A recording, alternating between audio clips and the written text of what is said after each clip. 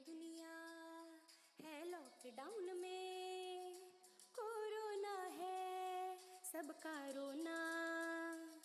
डरने वाली बात नहीं है, सावधानी हमको रखनी है। 1 मीटर की दूरी से ही बात है हम सबको करनी है। बच्चों आओ पढ़ो सभी, कोरोना से डरो नहीं।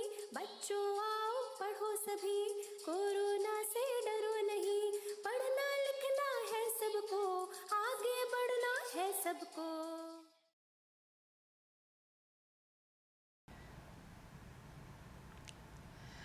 नमस्कार बच्चों, कक्षा 11 की जीव विज्ञान की कक्षा में आप सभी का स्वागत है।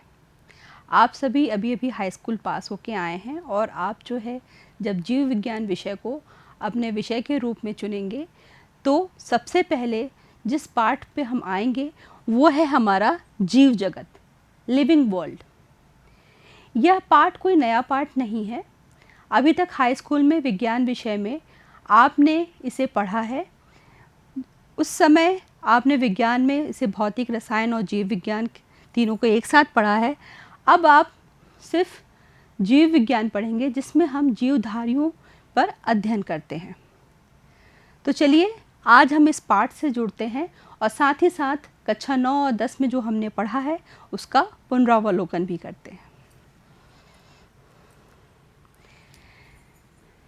आज इस पाठ में हम जिन मुख्य बिंदुओं पर चर्चा करेंगे उसमें सबसे पहले है जीवों के विशिष्ट लक्षण, जिसमें हम जानेंगे कि किन लक्षणों के आधार पर हम जीवधारियों को निर्जीव वस्तुओं से अलग करते हैं।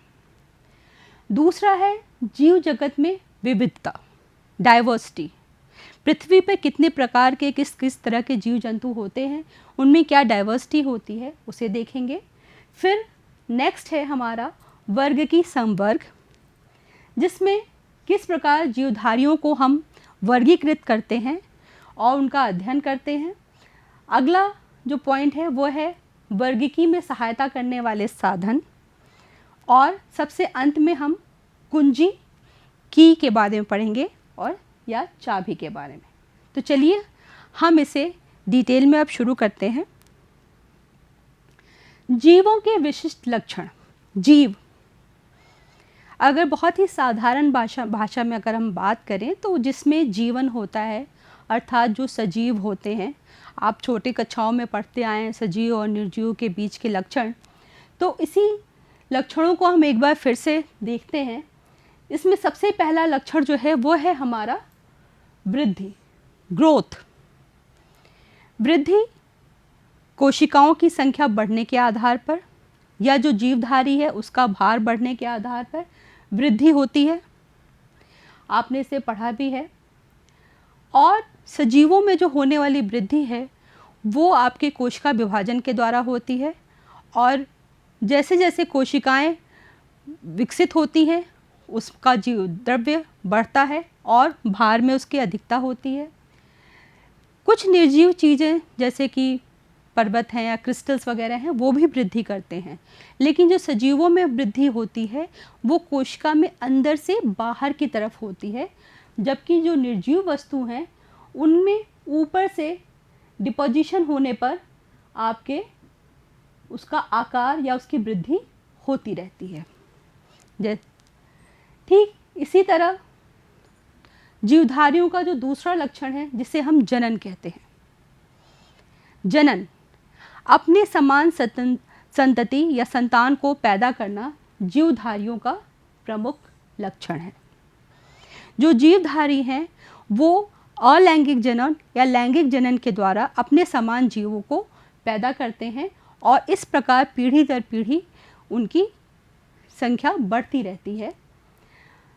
जनन जो है वो जीवधारियों का मुख्य लक्षण माना जाता है, लेकिन इसमें कुछ अपवाद भी हैं। जैसे कि आपको पता है, जैसे खच्चर, आपने सुना होगा, जो खच्चर होता है जो गधे और घोड़े को क्रॉस करके बनाया जाता है, जो इंटर स्पेसिफिक क्रॉस होता है। तो ये खच्चर जो होते हैं वो स्टेराइल होते हैं, वो जनन नहीं कर पाते हैं। ठीक इसी तरह जो श्रमिक मधुमक्खी होती हैं उसके पास भी एग एपरेटस नहीं होता, तो वो भी जनन नहीं कर पाते। या बहुत सारे मनुष्य, पुरुष या स्त्री, वो भी इनफर्टाइल होते हैं। तो यहाँ पे ये आप नहीं कह सकते कि वो जनन नहीं कर रहे तो वो सजीव नहीं है।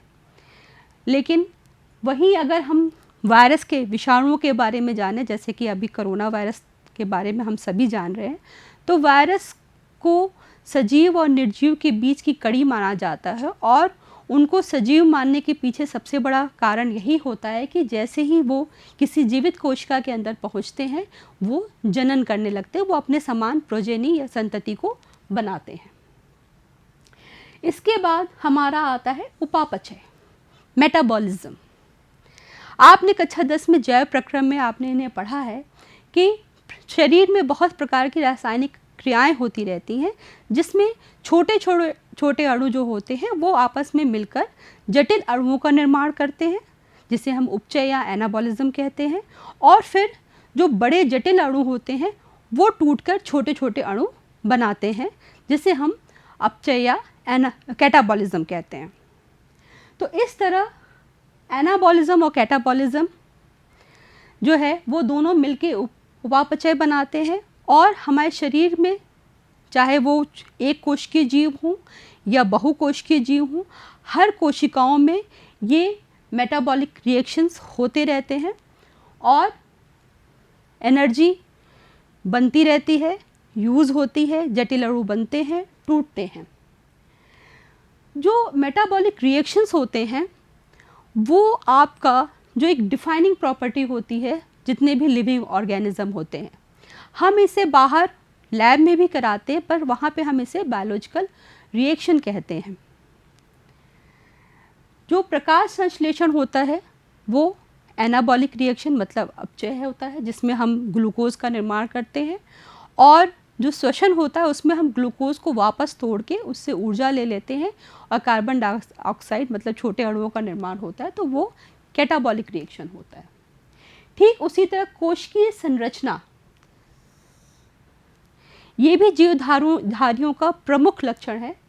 जो जीवधारी होते हैं उनका शरीर जो होता है वो कोशिकाओं से मिलकर बना होता है, और फिर कोशिकाएं आपस में मिलकर ऊतक, और ऊतक से फिर अंग, और अंग से अंगतंत्र, और फिर पूरा शरीर बनता है। तो जो कोशिकीय संरचना होती है वो भी जीवधारियों की विशिष्ट लक्षण में वो आते हैं।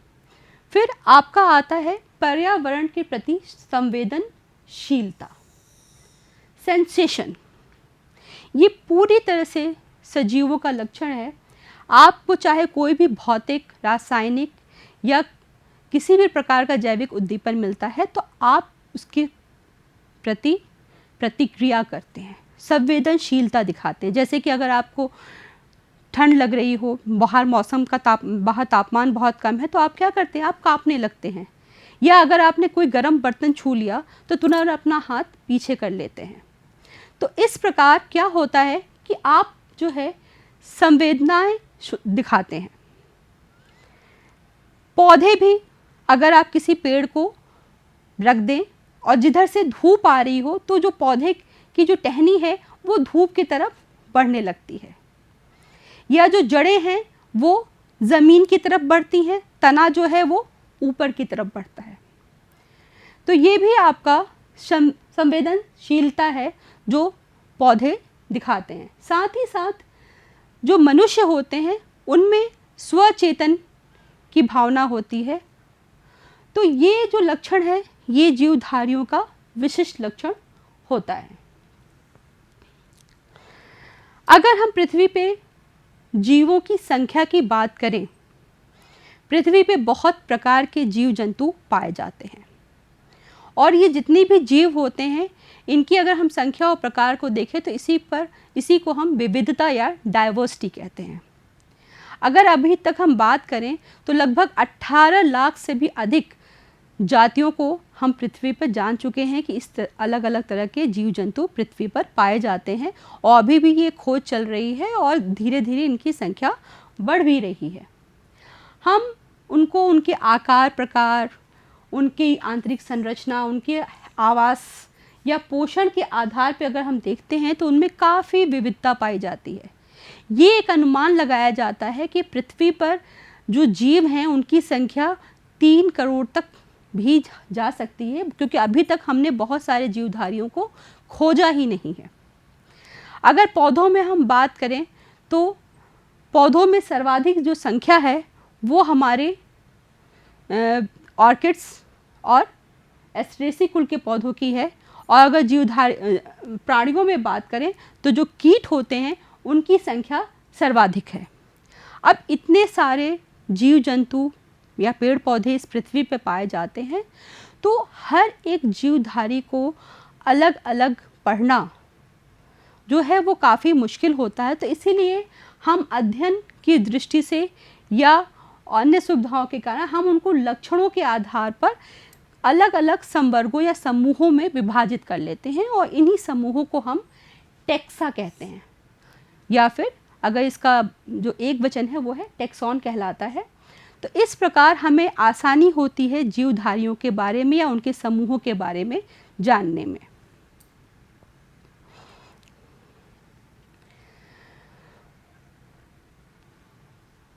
विज्ञान की वह शाखा जिसमें सजीवों का वर्गीकरण किया जाता है उसे हम वर्गीकी या टेक्सोनमी कहते हैं। ये टेक्सोनमी की बहुत ही जो है वो सरल परिभाषा है। यहाँ पर हम जो कोई भी जीव या जंतु होता है उसे हम पहले पहचानते हैं, उसकी विशेषताओं को देखते हैं, उसकी पहचान या उसकी आइडेंटिफिकेशन करते हैं, उसको क्लासीफाई वर्गीकृत करते हैं, उसका नाम देते हैं और ये सारी चीज़ों को मिलाकर ही हम टेक्सोनमी या वर्गीकी कहते हैं। टेक्सोनमी इसलिए ज़रूरी है क्योंकि ये हमें एक प्लेटफॉर्म देता है जहाँ पे हम सभी जीवों के बारे में जान सके, सभी के मुख्य मुख्य लक्षणों को जान सके और जो नए जीव खोजे जाएं उनको हम इन समूहों से मिलाकर उसे वर्गीकृत कर सकें।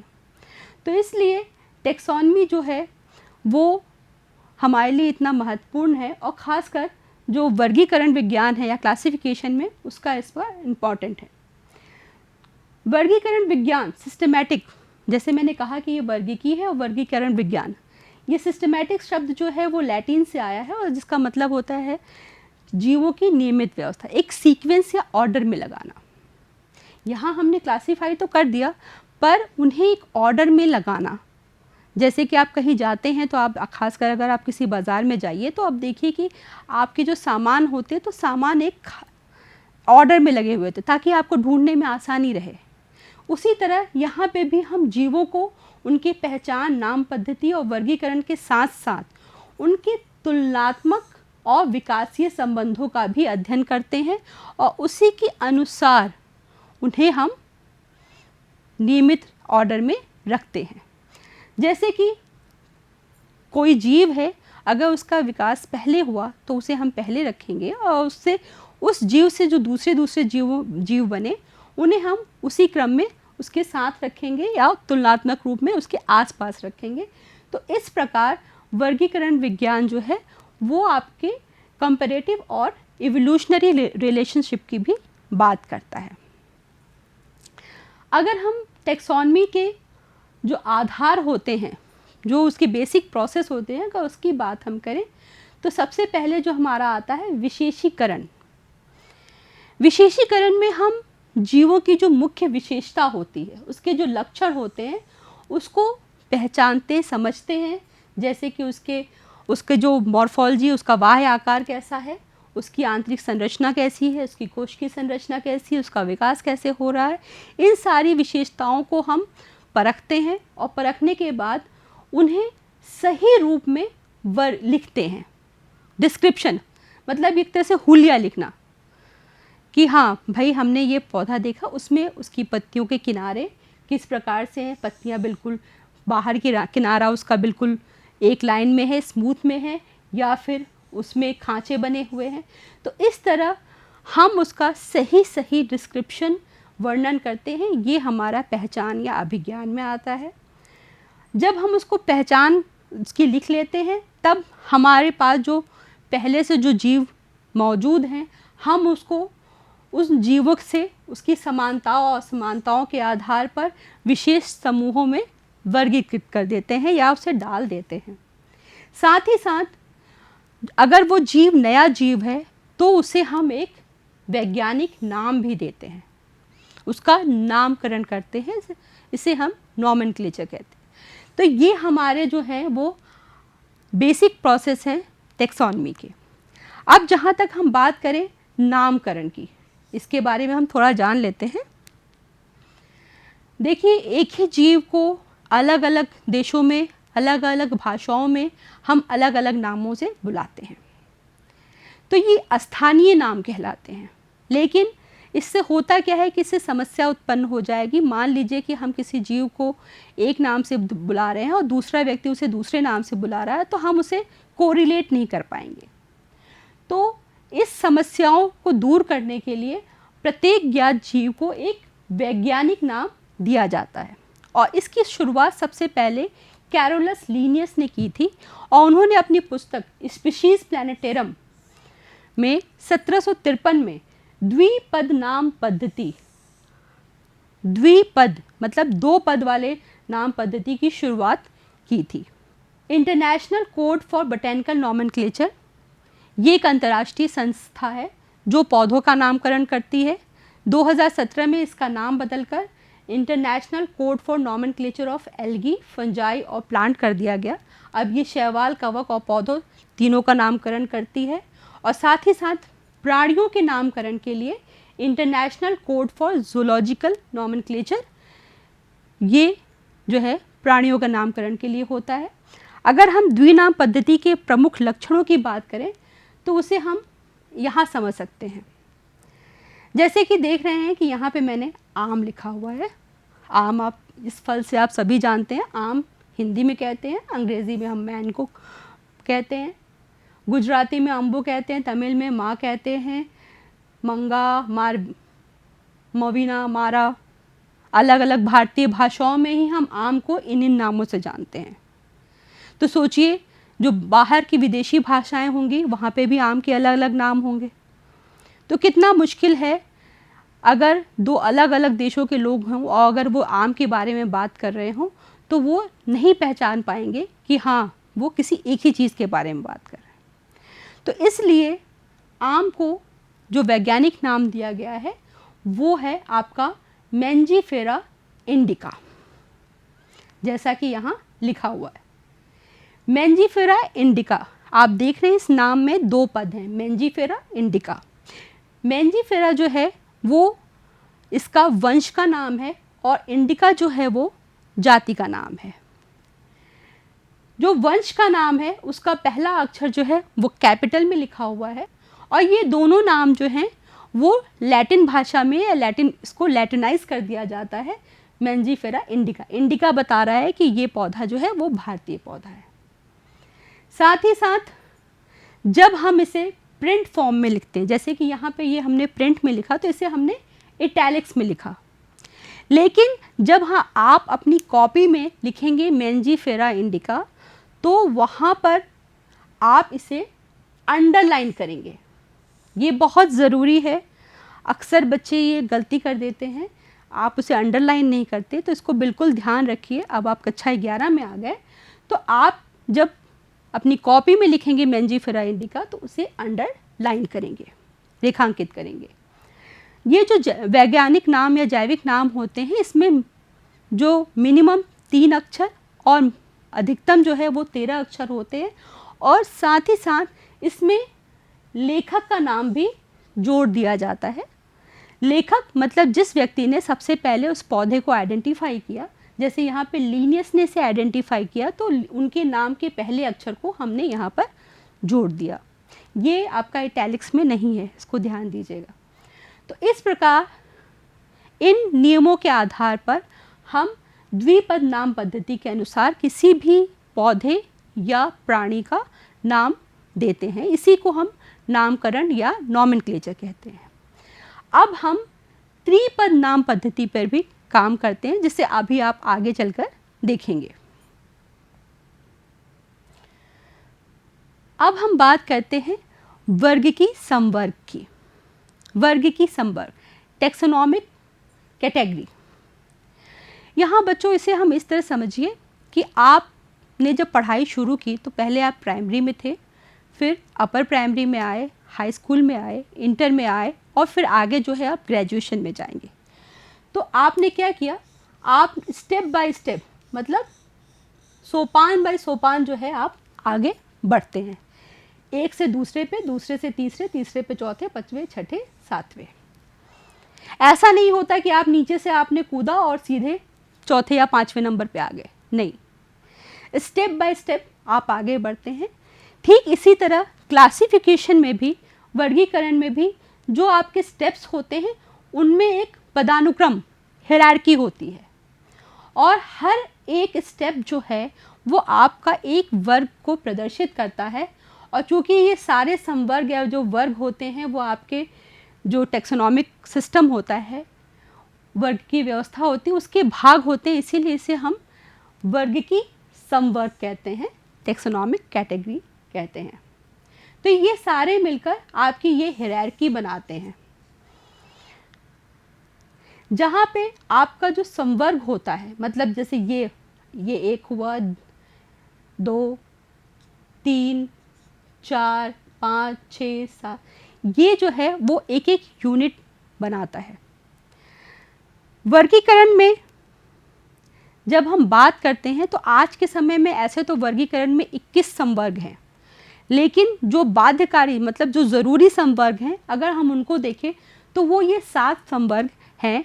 अगर हम किसी प्राणी या किसी भी जीव का वर्णन कर रहे हैं, उसको वर्गीकृत कर रहे हैं, तो उसमें इन 7 का होना बहुत ज़रूरी होता है। इसमें अगर हम नीचे से शुरू करें तो सबसे पहले जाति आती है, फिर वंश, कुल, फैमिली, गण, ऑर्डर, वर्ग, क्लास, संघ या भाग, फाइलम और जगत। ये ठीक कुछ ऐसे ही है जैसे कि आपके घर का एड्रेस, अगर कोई विदेश से आपको चिट्ठी भेज रहा है तो वो सबसे पहले आपके देश के नाम पे छाटा जाएगा, जो बहुत बड़ा है। देश में आने के बाद उसे स्टेट्स, राज्यों के आधार पर छाटा जाएगा। राज्यों में आने के बाद उसे आपके जिलावार, जिले में आने के बाद उसे मोहल्ले या के आधार पर, फिर मोहल्ले में आए तो फिर पोस्टमैन के पास गया, उसने गली या मकान के आधार पे वो छाटते छाटते चाबी जो है, अरे आपकी जो चिट्ठी है वो आपके पास पहुंचाता है। तो यहाँ पर जो सबसे ऊपर जो जगत होता है हमारा, यहाँ पर जीवधारियों की संख्या बहुत ज़्यादा होती है, लेकिन समानताएं उसमें कुछ ही होती हैं। यहाँ जाति में जीवधारियों की संख्या कम हो जाती है, लेकिन उनकी समानताएं जो हैं वो बढ़ जाती हैं। तो इस प्रकार ये हमारा हायरार्की होती है जिसको हम फॉलो करते हैं, वर्ग की संवर्ग। अगर हम इन संवर्गों को अलग अलग देखें तो जैसे कि सबसे पहले मैंने बताया कि जो जाति जो है वो वर्ग की संवर्ग की सबसे छोटी मूलभूत इकाई होती है और इसमें जो पाए जाने वाले जीव हैं उनके अधिकतर लक्षण, जो लक्षण हैं वो एक जैसे होते हैं। और सबसे खास बात है कि वह अंतः प्रजनन करके संतति को जन्म देते हैं, क्योंकि इनके गुणसूत्र की संख्या एक समान होती है, अतः ये अंतः प्रजनन करके संतति को जन्म देते हैं। जैसे यहाँ पे आप देख रहे हैं, आप सब पहचानते होंगे कि ये है बैगन, इनका जो स्थानीय नाम जो है वो है बैगन, ये आपका आलू है और ये टमाटर। अगर मैं इनकी वैज्ञानिक नाम की बात करूं तो जो बैगन है उसकी जो जाति होती है वो मेलेंजिना होती है, आलू की ट्यूबरोसम होती है और टमाटर की लाइकोपर्सिकम होती है। ये इनकी जाति का नाम है। अब यहाँ पर देखिए, यहाँ पर देख के ही आप पहचान रहे हैं कि ये जातियाँ अलग अलग है। बैगन बिल्कुल अलग है, आलू अलग है, टमाटर अलग है, लेकिन इन तीनों का जो वंश जिनस है वो आपका सोलेनम है, मतलब वंश जो है वो एक ही है। वंश जो है वो जाति से बड़ा संवर्ग होता है और इसमें अधिकतर जातियां आपस में मिलती जुलती हैं, लेकिन वो अंतः प्रजनन नहीं कर सकती। मिलती जुलती इसलिए है क्योंकि अगर हम देखें, आप देखिए, अगर यहाँ साफ साफ आपको दिखाई दे रहा है कि यहाँ पे जो आपका कैलिक्स है वो लगा हुआ है फूल में, फल के साथ लगा हुआ है। यहाँ भी आप टमाटर में देखिए कैलिक्स लगा हुआ है। मिर्ची में भी आप देखते हैं कैलिक्स लगी होती है, लेकिन वो अलग जीनस है। आलू तो आपका चूँकि तना है तो इसकी बात अलग है, लेकिन आप ऐसे लक्षण हैं जिनको आप ऊपर से देख के पहचान सकते हैं कि इनमें कुछ ना कुछ समानताएं हैं। ठीक है। उसके बाद जो कुल होते हैं उनमें समान गुणों वाले वंशों को हम रखते हैं। फिर जो गण या ऑर्डर होते हैं उसमें मिलते जुलते लक्षणों वाले जो फैमिलीज होती हैं, जैसे कि सोलेनेसी और कॉन्वोल्वुलेसी मतलब चकटकंदी की फैमिली, उन्हें हम एक साथ जो है एक गण में रखते हैं, पॉलिसमोनियल्स। उसके बाद आपका क्लास आता है जिसमें संबंधित गण आते हैं। फिर उन संबंधित गणों को हम एक संघ या भाग में रखते हैं, और जो सबसे उच्चतम संवर्ग होता है वो हमारा जगत या किंगडम होता है। जैसे कि अगर हम पौधों की बात करें तो यहाँ पर प्लांटी होगा। वर्गीकरण करने में जो चीज़ें हमें सहायता पहुँचाती हैं, मतलब जैसे कि वो तकनीक, विधियाँ, संचित सूचनाएं, नमूने जो हमें जीवों की पहचान करने और उनके वर्गीकरण में सहायक होते हैं, उन्हें हम वर्गीकी सहायता साधन कहते हैं। जैसे कि हार्बेरियम, वनस्पति उद्यान, संग्रहालय, प्राणी उपवन, कुंजी, फ्लोरा, मैनुअल और मोनोग्राफ। अगर हम देखें तो यहाँ पे हार्बेरियम और संग्रहालय, हार्बेरियम में हम क्या करते हैं कि पौधों को सुखाकर, उन्हें दबाकर सुखाकर और उन्हें संरक्षित करके रख लेते हैं। साथ ही साथ उसकी जो भी जानकारियाँ हैं उन्हें साइड में लिख लेते हैं। ठीक उसी तरह जो संग्रहालय होते हैं, म्यूज़ियम में भी हम जीवों को सुखाकर प्रिजर्व, संरक्षित रूप में हम रख लेते हैं, ताकि जो नए जीव खोजे जाएं उनसे हम उनको मिलान कर सकें और उनको वर्गीकृत कर सकें। तो यहाँ पे दोनों जगहों पे हम प्रिजर्व फॉर्म को यूज़ करते हैं, संरक्षित रूपों को यूज़ करते हैं। ठीक उसके विपरीत जो वनस्पति उद्यान, यहाँ पर हम पौधों को उगाते हैं और अलग अलग प्रकार के पौधों को उनके जीवित रूप में रखा जाता है ताकि हम उससे वर्गीकरण में सहायता ले सकें। ठीक उसी तरह जो प्राणी उपवन, चिड़ियाघर जो होते हैं, वहाँ पर भी हम खासकर वन्य प्राणियों को रखते हैं जीवित रूप में, ताकि हम उनके व्यवहार और उनकी अन्य सूचनाओं के बारे में जान सकें। जीवों को वर्गीकृत करने के लिए हम की या चाबी का उपयोग करते हैं। कुंजी, जैसे कि आप ताला खोलते हैं, उस तरह समानताओं और असमानताओं के आधार पर पौधों और प्राणियों की पहचान करते हैं। यहाँ पे हम दो विपर्ययी लक्षण लेते हैं जिन्हें हम युग्मित या कपलेट कहते हैं, और उनको लेते हैं जिसमें से एक किसी जीव के ऊपर हम उसे अप्लाई करते हैं, उसमें से एक पास होता है, एक फेल हो जाता है। तो जो पास हो जाता है फिर हम उसमें आगे बढ़ते हैं। तो इस प्रकार कुंजी में प्रत्येक कथन जो है वो मार्गदर्शन का काम करता है।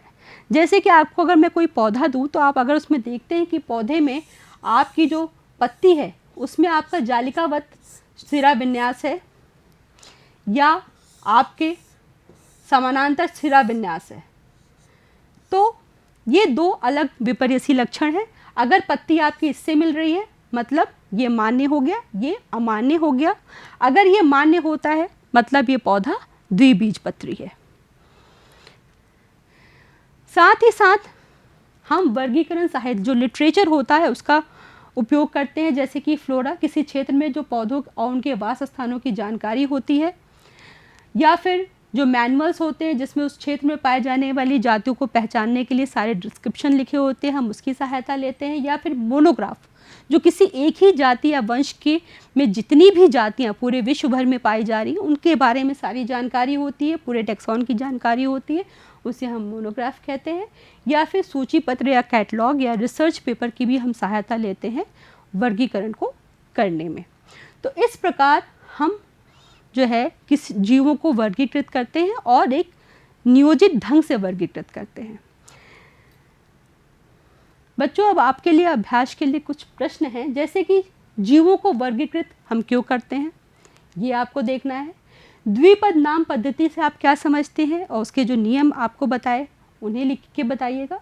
और वर्गीकी संवर्ग का सही पदानुक्रम, किस क्रम में हम संवर्गों को लगाते हैं, ये आप लिखिएगा। साथ ही साथ अगर आपके पास अभी बुक्स नहीं है तो आप दीक्षा पोर्टल पे भी जा सकते हैं और वहाँ पर आप ऐप डाउनलोड करके उसमें पुस्तक को देख सकते हैं। साथ ही साथ ये वीडियो जो है वो आपको यूट्यूब चैनल पे भी मिल जाएगा। तो अगर आपको कोई जानकारी चाहिए या आपसे कुछ छूट जाता है तो आप यूट्यूब चैनल पे जाकर आप उत्तर प्रदेश माध्यमिक शिक्षा परिषद की यूट्यूब चैनल पे जाकर आप उसे सब्सक्राइब करके वीडियोज़ को देख सकते हैं। आगे हम फिर बात करेंगे, तब तक के लिए धन्यवाद।